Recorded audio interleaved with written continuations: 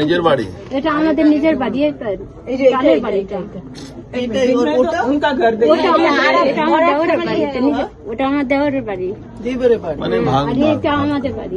এই কিন্তু বিড়ি বেঁধে কিন্তু সংসার, 4টা ছেলে পিলে নিয়ে, কিন্তু গরিব মানুষ কি করবে না স্যার। 152 টাকা দিয়ে পাচ্ছে। 152 বলতে কি 202 টাকা মজুরি, 152 টাকা পাই, 50 টাকা পিএফ কাটায়।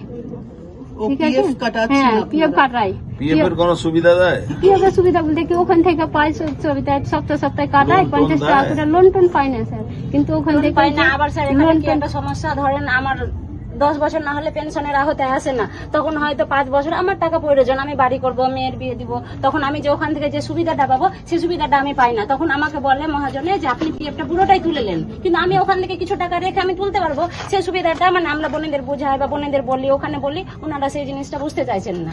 আবার ধরেন 1000 বিড়ি বাঁধলে, ধরেন কষ্ট করে সারাদিন 1000 বিড়ি বাঁধি, সেখান থেকে আমাদের 100 বিড়ি বাদ দিয়ে দেয়, ওটা আলাদা। তারপর আবার হয়তো একটু ছিঁড়া ফাটা বা লাল কালো এরকম যদি কোনো বিড়ি থাকে, সেখান থেকে আবার 50টা বিড়ি বাদ দিয়ে দেয়। এভাবেই ধরেন আমাদের এরকম ভাবেই চলছে আমাদের।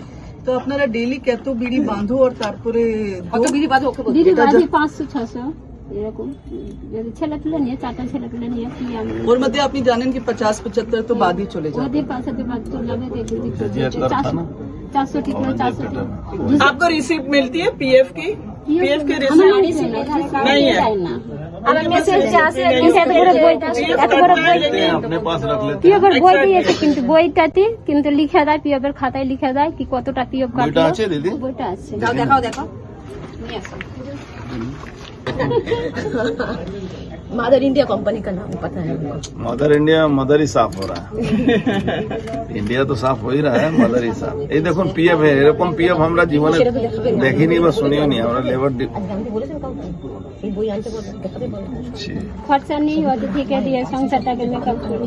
सर नाम नहीं है, कुछ भी नहीं है, ছবি দেয় না, कुछ भी नहीं है, सिर्फ बुकलेट दे देती है। পুরো জাল।